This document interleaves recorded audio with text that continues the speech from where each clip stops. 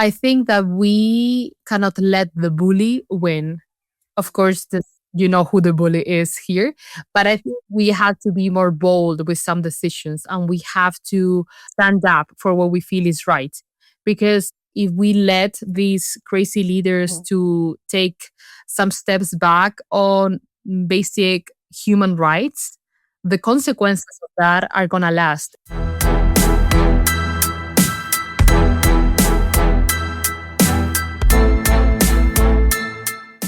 Follow the money.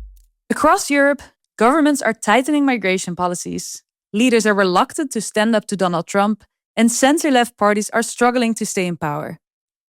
But there seems to be one country bucking that trend: Spain. Under Prime Minister Pedro Sánchez, Spain has become what many see as Europe's progressive success story. But is their reputation really deserved? For this special episode, I'm joined by Elsa Arnaiz. Elsa is a Spanish political scientist whose work focuses on democracy and youth engagement in politics.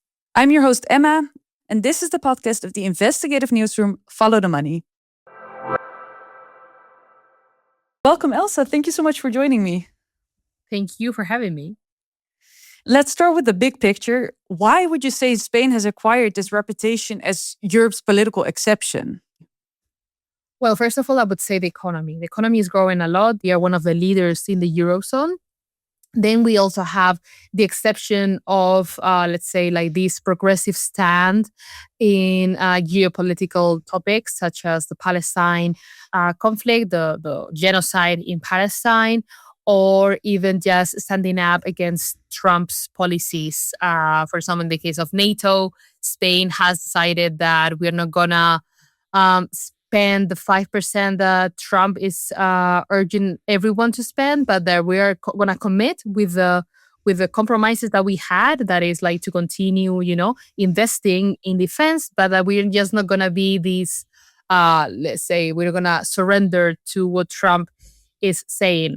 Also, for example, in the case of the ecological transition in Spain during, it's still continuing, but the very first, let's say, years of the Ukrainian war, when we had this huge crisis related to Russian gas, and now with the oil in Iran, we have been one of the leaders here with clean energy and with cheap energy, because we have been investing a lot in renewable energies. And in general, I feel like Spain at the European level has a lot of influence. We have several vice presidents of the European Parliament that are Spanish, some from the Progressives, some from the Conservative Party. And also we have at the Social and Democrats, but also at the European People's Party, so the two main political families at the European level, both are led by Spanish women.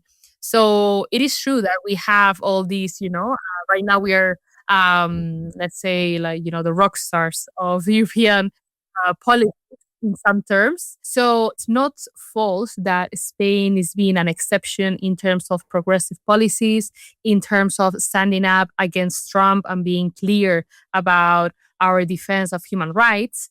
The issue is that all these things, while they're amazing and great, they are not fixing the crisis that we have internally. And in general, it just feels like the image that the world has of Spain is a great image, but internally, the living conditions are not as good. Yeah, we'll dive into those different aspects in a moment. But before we do that, could you tell us a bit more about the work that you do? So I am currently the leader of an organization that is called Talento para el Futuro, so talent for the future in English.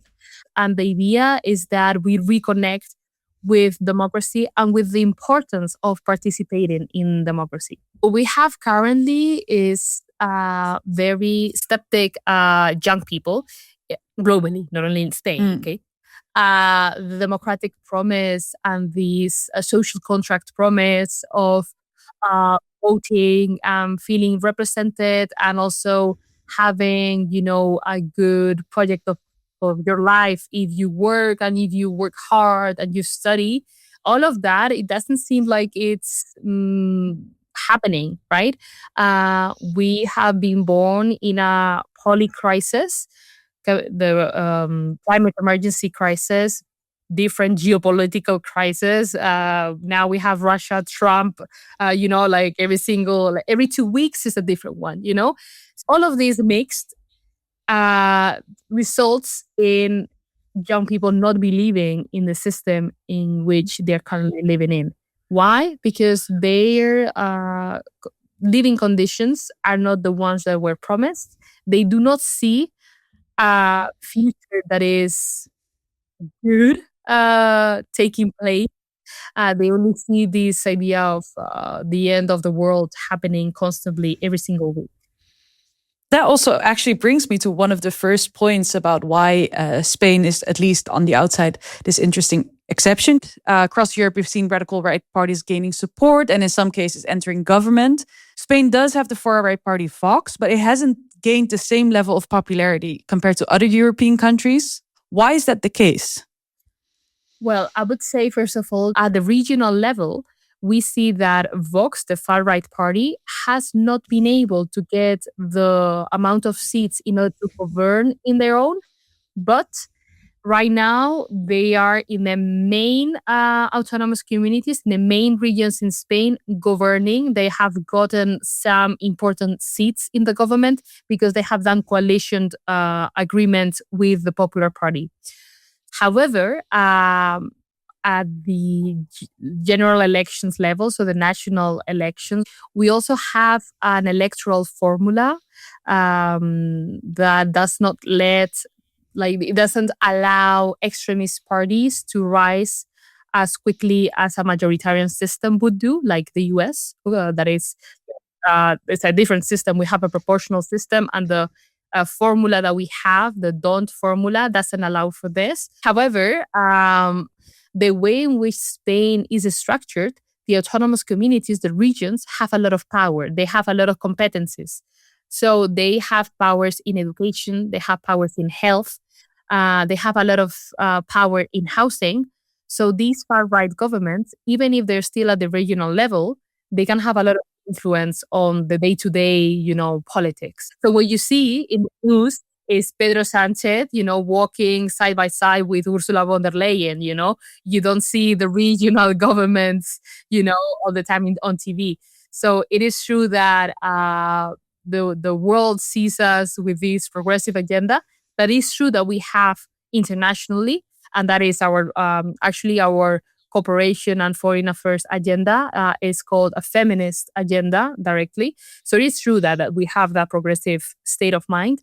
However, internally, at the regional level, the far right is entering all these governments.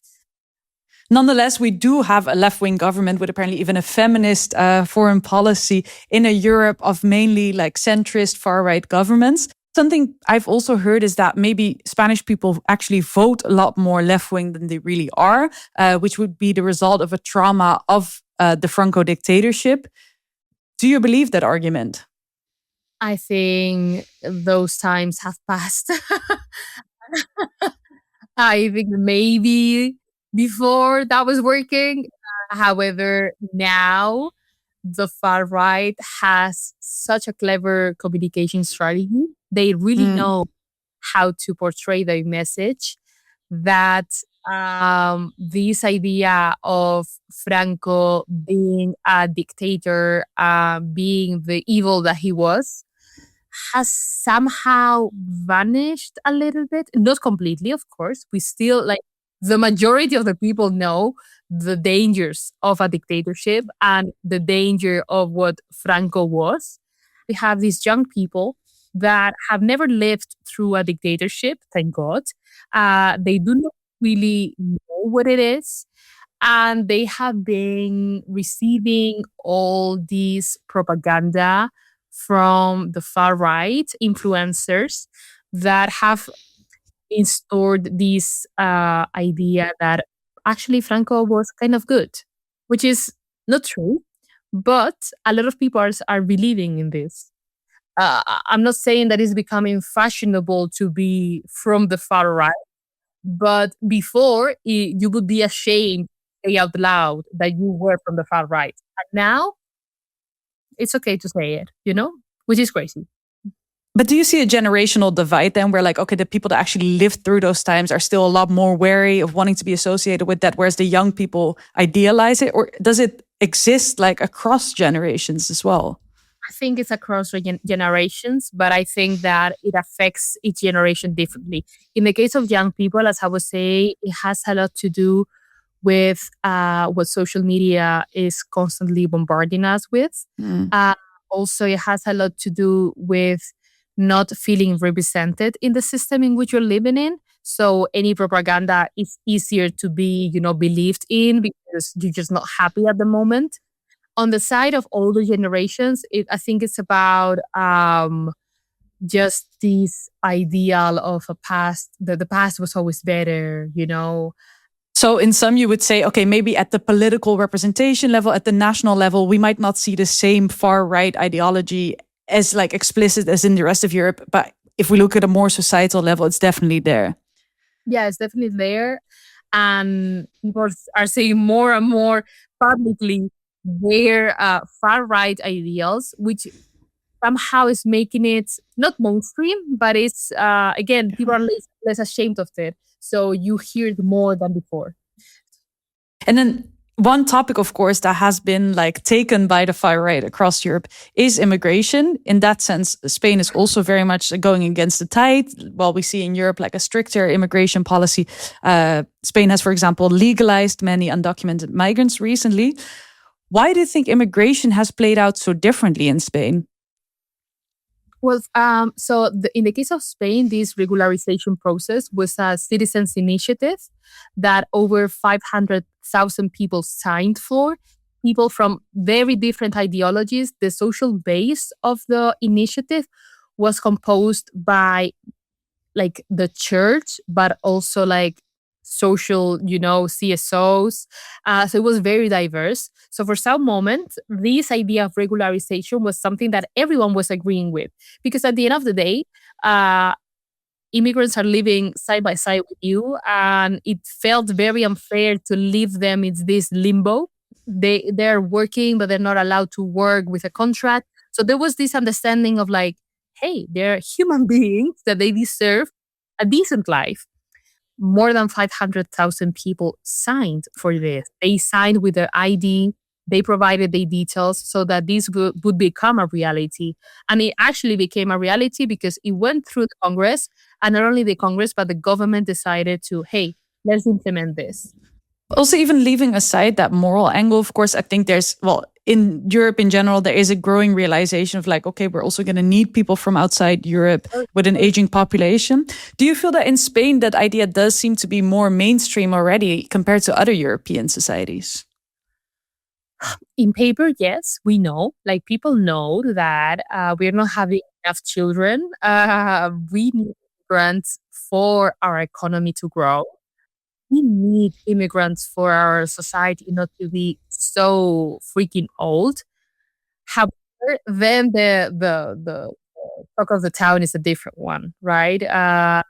Like we know that, like if you, I had this conversation the other day with a director of a very important CSO, and he was saying that he was having conversations with a lot of political parties, saying, "Okay, so you don't want immigrants, so what do we do with this? Like, okay, you don't want, it's okay. What do we do?" And they were like, "We don't know." So they like, of course, they know that if you're being even like the most egocentric and like selfish, and you just want the best for Spain, you need immigrants. You need them. You need them. You're not having kids faster enough. Your population is aging, and there are a lot of jobs that are vacant because you don't want them. So who's gonna do that? Like robots right now? So either you look to it from the moral angle, or you look through the, you know utilitarian angle.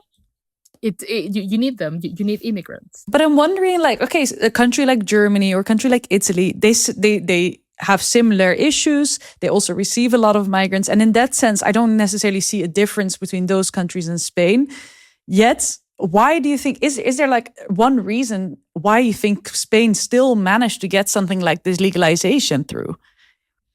I think Italy did something similar, but they didn't announce it as Spain did. Of course, here comes a the angle of communications, how this is being also a strategy from the current government to position themselves as, hey, we're being the leaders on this, and you're not doing any of that.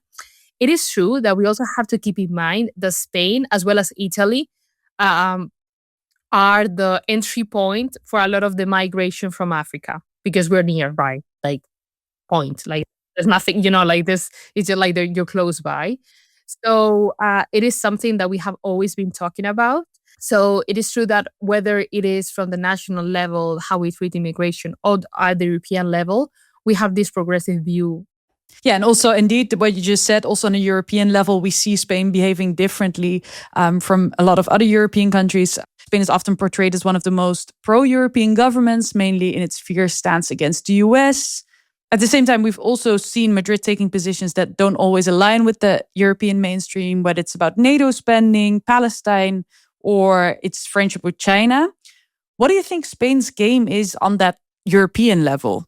I think there was some sort of vacuum of leadership in those topics. And for that, Pedro Sanchez is extremely clever and he knows when there is, a chance for him to shine and to be like, hey, like, Trump is not being our friend, well, we should be making other friends, right? At the end of the day, you have to survive as a country and as the European Union, as the supranational entity. So you need to make those strategic decisions. And there, I think that our government, our current government, is very clever knowing when and where to be, right? Because right now, wherever Pedro Sanchez goes, he has multiple, like interviews in English and opportunities to shine, at the United Nations, whatever it is. So on the one side is strategic for the economy because we need more trading partners. But also on the other side, it's a communication strategy, to be like, I am leading. Yeah, and also one aspect where they're really leading, you also already mentioned it, is the economy. GDP growth reached 2.8% in 2025 compared to 0.2% in Germany. Do Spanish people feel that success? They feel it in the headlines, and like, you know, but it is not really translated into day-to-day life for Spain, for Spaniards. So one thing is that the macroeconomy grows, and another thing is how that translates into your salary, into a normal person's salary, right? So what we're seeing is that the shareholders of those companies are getting really rich, but the workers are not. Surprise. And then on the other side, we have the issue of housing. Just before we move on to the housing aspect, I think what you just said is very interesting. Like workers don't feel it, but the big corporations do. But how does that match with this like left-wing government? Because there are some decisions that are difficult to be taken, even if you're very left, even if you're a left-wing Mm. government. Some people here in Spain say that the progressive, like the PSOE government, the PSOE political party was never a left-wing party, but it's just like a center party. We have had some social policies, such as increasing the minimum wage, and has been done by the Ministry of Labor here in Spain. And that is a huge success because before Pedro Sanchez, I think the minimum wage was around 600 or 700 euros. And now the minimum wage is around 1,200 euros. However, that is not enough because what has happened is that the minimum wage is right now the most popular wage in the sense that most people are having minimum wage.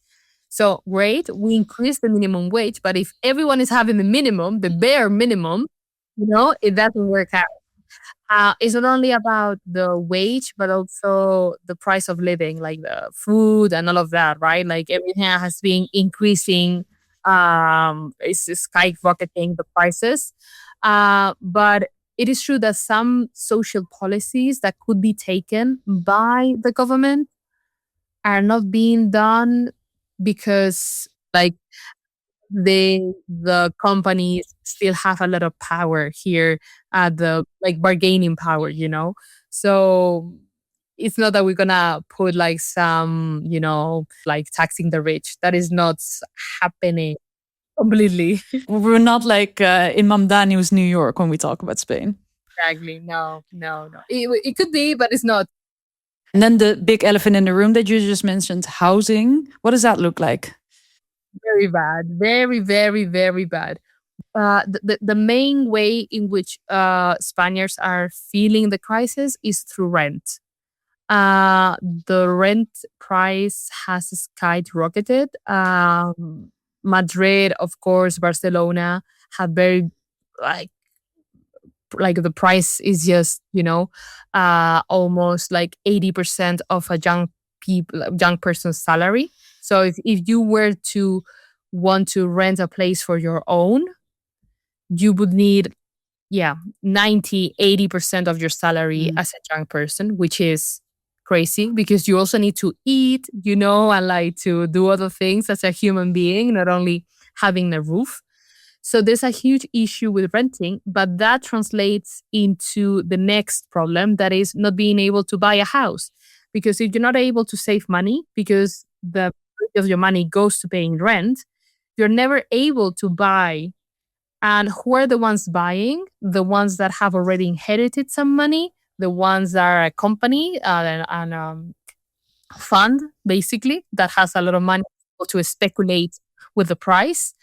And normal people are not able to afford a house. And the prices right now are crazy for both, for renting and for buying. And another problem that it's like increases the situation is like the complexity of the situation is that in places such as Madrid or Barcelona, where there is like very, very high prices, you also face that the actual living space is not decent, or like it's not, it doesn't have basic living conditions. So what we're saying is that maybe you're able to afford rent, but the house in which you're living in is not a nice place to be, let's say. And what is the cultural effect of that? Like, do people still move out of their parental homes and pay this incredible amount of rent and live sort of in poverty? Or do they also stay in their hometowns with their families? Look, there was this headline in one of the main newspapers that said that young people are being obligated to decline opportunities and offers to study in different universities because they cannot afford to move there because of the prices. So we're losing opportunities. Young people are not able to move out. Most of them have to work and study, which is fine, but like not to the level in which like you just have to survive for that. Um, and what we see is that only the privileged ones are able to go to the universities that they want you know. So we're just perpetuating these social, classes and stereotypes that are always going to be there because we're not able to have mobility between social classes. But that also sounds like an incredibly like cynical situations that on the one hand you read in those headlines like, oh, Spain is this economic miracle. Well, the youth is struggling to this extent. Yeah, it's crazy. No one understands. But then if there is this like very solid economic frustration, do you already see that translating into a political statement in the voting behavior? Well, in the voting behavior, we are seeing, as I was saying before, this rise of the far right, but also, and something positive out of this, is that we have a lot of social movements flourishing. There is one that is the Sindicato de Inquilinas, that is the renters associations, basically. So they are unionizing in order to face, the issue of the crisis from the side of being evicted from your place, getting abusive conditions on your contract. So it is true that we're getting a lot of social movements there that are having small victories, which is amazing, you know. We just need more of that. But so if on the one hand you talk about the increase of the social movements, on the other hand, the growing economic frustration, do you feel like it's more fair, like, okay, Spain is this political exception, or are you more afraid that maybe Spain is just a few years behind on most European political trends?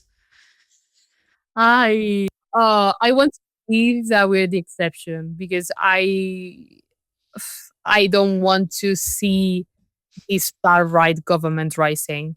I have a lot of trust on Spanish civil society. I think that we have seen the dangers of what could happen. And hopefully, all these crises that we're facing, such as the housing crisis, are the turning point for a lot of people to realize how important it is to um, participate in democracy, to know the power that your vote has. Because we do not want fascists in our government, you know. And like on a positive note, then, what do you think the European left can really learn from Spain? Interesting. I think from the international level and how Spain has positioned itself in certain topics, I think that we cannot let the bully win. Of course, you know who the bully is here, but I think we have to be more bold with some decisions, and we have to stand up for what we feel is right. Because leaders come and go, but for example, if we let these crazy leaders to take some steps back on basic human rights, the consequences of that are going to last. Maybe that leader will retire in some years, but the consequences of those steps back on basic, agreements that we had, such as feminism or basic human rights or like LGBTQ rights, are going to stay. And that is going to very, very difficult to get back. So we have to be bold on our decisions. And if we believe in human rights, to say it out loud. And if we have to cut ties with some countries for a little while, we should do it. So when you read those headlines about Spain being the success story going against the tide, is your general feeling a feeling of pride as a Spanish citizen, or does it also frustrate you to read those headlines while the reality for Spanish people might not necessarily reflect that same sentiment? I mean, it's a little bit of like a mixed feeling. From the one side, I'm very proud that for once Spain has this spotlight and is like an influential leader on these forums and decisions, which is great. I mean, it's great that we have a leader that is able to speak in English very well and to be in, because I mean, for very long we have had leaders that had no idea of how to speak in English or like different language other than Spanish, which is wow. So on the one side, it's great, and I'm proud of that. However, of course, you always see, and like it makes you laugh, like, hey, yeah, maybe we're the leaders on this, but like internally, this is a mess. Spain is heading to the polls again in 2027, so next year. Do you think that after that we'll still be talking about Spain as Europe's political exception, or do you think a difficult political wind is going to show in Spain as well? I don't know. There's a lot of doubts on this. We do not know what's going to happen. There is a fear that the far right might get a lot of seats in the parliament, and as a result of that, will have an influential position in the government. We will never know. But from the civil society perspective, it is true that we're like preparing ourselves mentally for some years in which it's going to be difficult to defend some causes. Thank you so much for this very interesting conversation, Elsa. It's been great to have you here in the podcast, and I'll be back soon for another episode. Thank you so much for having me. It was amazing. You've listened to the podcast of Follow the Money. Our watchdog journalism is funded by our members. Subscribe and support European investigative journalism.